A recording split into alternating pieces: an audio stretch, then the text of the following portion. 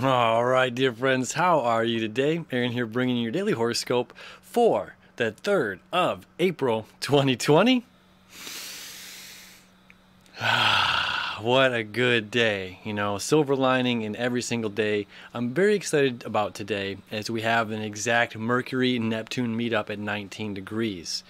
Now, I can't remember if it was I think it was either the new moon or the full moon conjunct there at the 19th degree as well. We talked about this as an ending to something, right? Beginning and an end. So it was a month or so ago when we talked about this. But either way, this is a long time coming. So it's like something that's been long awaited is coming to a close. Now, the fact that it's Mercury, a planet of communication, information, intuition, what we're speaking about, is being sucked into the black hole of Neptune. Like, as well, what we talked about yesterday, it's like the light within the light, to have a little flashlight, and yet, it's like, is your phone flashlight going to do anything when the sun is beaming straight down? It's like, no, not really. Given the right circumstances, sure. But you understand what I'm saying here. It's like one is strongly overpowering the other. So where at one point we can be lost, we can find ourselves confused or uncertain. Okay, we have a sense of this is the end of that, okay? The sun is in Aries, right? The moon is in Leo. So we have a moon-sun trine happening here. Let me move forward a couple hours. There you go. Venus just jumped into Gemini, okay? And we have the moon and the sun creating a trine at the same time that Mercury is meeting up with Neptune and Venus, all at the same time creating this motion. Okay, so we have this beautiful motion happening today. So where we have this abyss and this ending, it's just like the end of this long journey, the end of going through a tunnel or trying to find your way out of the woods. That's a really good way to look at this, like trying to find our way out of the woods. And it's just like, oh my God, there's the car. Oh my God, there's the light at the end of the tunnel. We have this search is over, or this, energy of like, it's finally come to, an end here. Now there's still more to our journey as it's getting back into the car and going, home from there, wherever our destination may be, or it's exiting the tunnel, exiting this cave or cavern, dark cavernous, thing, and going toward the light. Go toward the light, Carol Ann. So there's still more to our journey. However, this portion of our journey is coming to a close. And if that is, Neptune does rule media. I do talk about that a bit here. It does rule dreams. It does rule imagination. So there's an opportunity for our intuition, our instincts to be guided by our dreams, guided by our imagination in a positive way that can lead to breakthroughs, that can lead to, we'll talk about the sun moon in a second, but this invigorating courage and strength and willpower, right? On the other side, we can be sucked into that black hole, sucked into conspiracy theories, sucked into believing, what do we believe, right? I thought it was really interesting. Now, the other day I watched, I don't get sucked too much into this, but I got sent a video and it was like, okay. And a gentleman talking about the 1918 Spanish flu. And at the same time, we were really installing the power grids across the nation. And that every time we install, some sort of new electromagnetic energy, it's like, why you don't want a house underneath power lines. You don't want that for a reason. We know that this is proven to be bad for our health, which is why the power lines are separated, right? And there's fences to keep that particular area out. We know that it's bad for our health. Our heart is electromagnetic field. Our aura is electromagnetic field. And it's just interesting that every time, the technology boosts a little bit, there seems to be some sort of illness or virus happening, the Spanish flu. And now here we have in Wuhan, China, the 5G thing. It's like, is this real? I don't know. I'm not going to sit here and say it is and tell you, that this new technology is what's causing this. Again, there's a lot of conspiracies. There's a lot of different concepts out there. But one thing I'm certainly not going to do is believe everything that the news is saying. You know, again, somebody, thank you. One of my friends here just posted about, you know, a weather or a news anchor being in full hazmat suit, yet the camera guy has no mask on. You know, and I commented back about seeing a weather reporter walking sideways in the storm, and here we are in hurricane, you know, 7,000, and you know, this gentleman's acting like he's getting blown over, and the camera guy widens out. Brilliant move, thank you, cameraman. Widens the image out, and you see a couple walking you know, pushing a stroller, taking their kid for a walk, and it's like this is the same sprinkle, the same spot, you know. So it's just like artists, politicians use lies to hide truths, while artists tell lies to expose the truth. You know, which one is the truth, which is the reality, which is the farce, which is not real, which lie is truthful, which truth is a lie. You know, either way, we're coming to a bit of a close on that itself, which is quite exciting.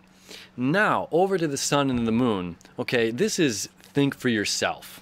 Okay, look, I'm my ego, this is me, I gotta grow. You know, personally, I took a beautiful walk out in nature today, sat under a tree, read a book. You know, I had to go do my thing.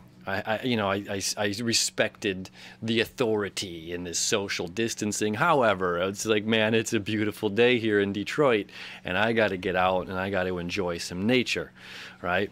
And the Leo moon is like, yeah, we've got to do that. We have to, you know, our needs for ourselves, you know. And this experience for me reminded me of a place that I was personally in some years ago. And I even took a picture of some beautiful flowers that blossom on an island here every year called Belle Isle. And these little yellow tulips or yellow whatever they are blossom every year. They're beautiful little flowers. And it made me realize, you know, there was a point in my life where I was disconnected with nature. And when I was disconnected with nature, I was very disconnected from myself, you know. And then when I found myself in nature, I found peace within myself. I refound a nature of myself, right? And this is really important right now of telling us to still follow us. Like, we can still respect this what have you that's going on. We can still respect this distancing, you know. But to be out, you know, I was talking to my astrological soulmate earlier today, and she says, you know, somebody was just telling me I can't be outside unless it's essential. And it's like, being in nature is essential. This is part of our nature. We are nature, you know. And to separate, you know, humans from our nature, from our source, from Pachamama, you know, is a disease in itself. And that's a disease that's far, far worse than any virus that has ever graced mankind, you know. So we're coming to a place of thinking for ourselves. We have to separate ourselves, distance ourselves a little bit from media, what's going on, and find, you know, our spirit, our bright light, our shining light. Again, the things that make us happy. We can still be dealing with absence or lack of something, and it's still important that we find our heart, our joy, our happiness within the lack of something, you know. And it's funny, I've got a lot of noise going on here right now, and it's just like we have to separate ourselves from the noise and still maintain our spark, our flame, our fire, no matter how windy it gets, right? So it's a powerful day. It's a beautiful day. Venus has entered 0 degrees of Gemini. Again, we have to start looking in this respect, you know, like I was talking about a minute ago, what is real, what is not real. We have to really, where we've been focused on finances. Venus has been focused on finances. We're all out of work. A lot of us are out of work. We got to figure out the next move. Mars and thinking of the future, the vision of tomorrow. How am I going to make money for tomorrow? Venus is in her home money sign of Taurus. How am I going to make money for tomorrow? And now it's just like we got to take a step back here, Venus and Gemini, and take a look at all the information, you know. And if you've been following either myself or other astrologers, we have all been talking about this collapse coming here in 2020. There's, again, I've already put out a couple videos about it, but we knew Jupiter in Capricorn, same as 2008. We knew that the Saturn-Pluto conjunction was bringing something, as well as Uranus and Taurus. We all knew that these were going to come. What was going to be the straw that broke the camel's back? It's, you know, that's not our job to make those kind of predictions, but to be the weathermen, the weatherwomen, the you know, forecast astrologers, to say, like, look, this is real. This is going to happen. This is something that's relevant. And you know, I had a lot of friends tell me when I'm like, this watch, the economy is going to hit it on 2020, and people that didn't believe in astrology are like, you're nuts. Whatever, Aaron. Now they're whistling a different tune and literally getting, you know, text or phone calls like, dude, I can't believe how right you were. You know, but it's not about me being right, but it's about looking at information.